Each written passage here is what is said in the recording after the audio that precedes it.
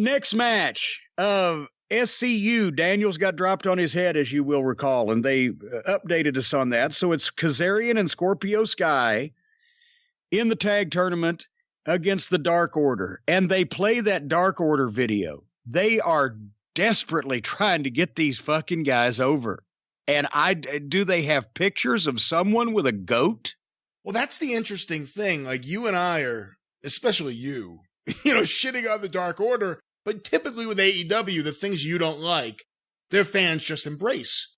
Even their fans aren't embracing the Dark Order. No, they don't get, because it's goofy and it's sloppy and it's outlaw and it's just the entrance with the creepers just ain't getting over.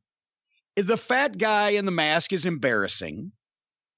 And once again, they used to be the Super Smash Brothers. They were dressed up, and I didn't even know there was a video game called the Super Smash Brothers until after I'd seen the tag team. But they dressed up, both of them, in masks and full body outfits, and they called themselves after these two characters in a video game. And in Ring of Honor 9 years ago, Kevin Steen used to try to push them to me. And they used to get booked to do jobs on HDNet television. And the first time I looked at it, I saw the fat guy without his mask. I thought it was the guy working at the fucking concession stand and had wandered into the locker room. So I know why he's wearing a mask, but he needs to wear a fucking hefty bag to cover up the whole fucking body, a full body condom or something. Anyway, I had these fucking lunatics on the internet while we were trying to build Ring of Honor as a major wrestling company. Well, we had teams like Chris Hero and Claudio Castagnoli, the Kings of Wrestling, and Charlie Haas and Shelton Benjamin, and Mark and Jay Briscoe, and Davey Richards and Eddie Edwards. And the internet fans were actually, the Super Smash Brothers are the best tag team in wrestling. No, it was fucking goofy. And they did a bunch of flips, and they were outlaw. They were indie. They were indie-minded. And here we are 9 years later, and their indie friends get some fucking pull. And this has been foisted off on national television. Frankie Kazarian and Scorpio Sky are 2 levels above not only their opponents here, but anybody on the program so far in terms of look, poise, experience, work, confidence, attitude. They made Grayson look good. The fat guy is just too outlaw to just take, and it's not even a Dusty Rhodes will overlook the physique because of the promo. It's fucking outlaw. And if Dark Order was a job team and this was a 6-minute squash, it would have been fine. Otherwise, this was malfeasance of national television time. But at least I could tell who the babyface knew the heels were. It's just that the heels fucking sucked. And they started getting heat on Scorpio Sky and went through a fucking break and expected this thing to keep the audience through a commercial break.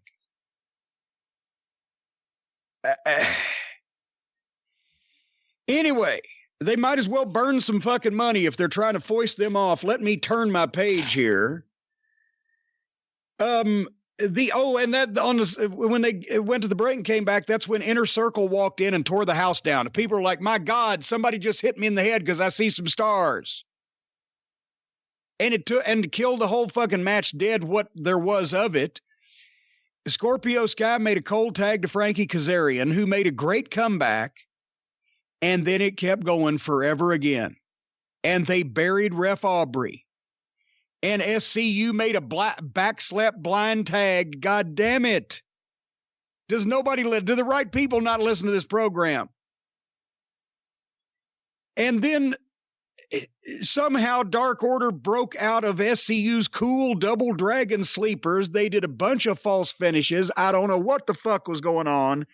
And finally, SCU won about 6 or 8 minutes too late. Hello? There's not really much to add to that.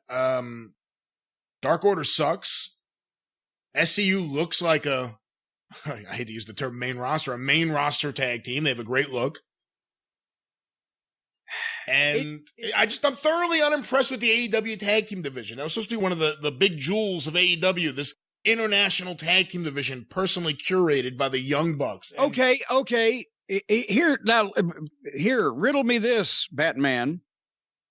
Are we starting to see what the biggest problem is going to be here? Is that the All Elite Wrestling roster is a lot fucking thinner than we thought it was. Because when you look at who we've seen on their television shows so far, a lot of people have repeated. Several people have been on multiple weeks. If you had some better guys in reserve than this, wouldn't you be using them by now? That's the problem is their opposition has unlimited talent reserves because they can move anybody around they want to if it gets in any way ugly. And I'm not seeing a lot because they concentrated, as I mentioned. Instead of going out and recruiting the absolute best talent that's waiting to be stars, they recruited their best play friends that they like to play with. And this is going to bite them in the ass. And you know, 10 years ago, once again, look at the 2009 through 2011 Ring of Honor roster. For in-ring performance and serious credibility as athletes, we didn't have Chris Jericho, and we didn't have Cody Rhodes. We didn't have John Moxley as far as name value. But look once again at the guys that I mentioned, the tag teams I just mentioned, plus fucking guys like Jay Lethal and Kyle O'Reilly and Adam Cole and Bob. Oh, I forgot all of Undisputed Era on the opposition program we had in Ring of Honor. Some of the best, actually the best of the rest at that point that was not signed with TNA or the WWE was with Ring of Honor, and still it was challenging, and still, you know, his timing was not too good, and Sinclair didn't want to spend this much money. But Ring of Honor at that point had a better roster than All Elite Wrestling has now. So anyway, we're starting to see that. And I don't know why that they will not let these matches end when they should end. You know, the other day I got a collection of All South wrestling programs from 73 and 74 in Atlanta. And I actually had that thought that if they don't do things right, or if they don't have access to the right people, this could be a similar situation where you look at some of those cards like, man, these are great. And then you look a year later, it's the same guys on the cards. Yeah, either that or some of them had filtered away and not been replaced by people of the same stature. Right. And it's just, if you don't have access to the guys, what do you do? And I have thought about how short their roster does seem at times. And here's something else, ladies and gentlemen, that perhaps maybe it's just because there's no pride left in the wrestling business and people will do anything for money. But in a previous era, guys would have been looking, go, wait a minute. I don't know if I want to go to work for them because I'm certainly not wanting to take bumps for 100-pound fucking school child. Or, you know, do something foolish or whatever the fuck. This was supposed to be wrestling run by the wrestlers, but now we find out it has to be the right wrestlers. Because the ones that they got are fucking nuts. Yeah, I only want the Revival to go there if Scott Dawson's going to be the one laying out the match. There you go. Because otherwise, you know, I don't want to see this.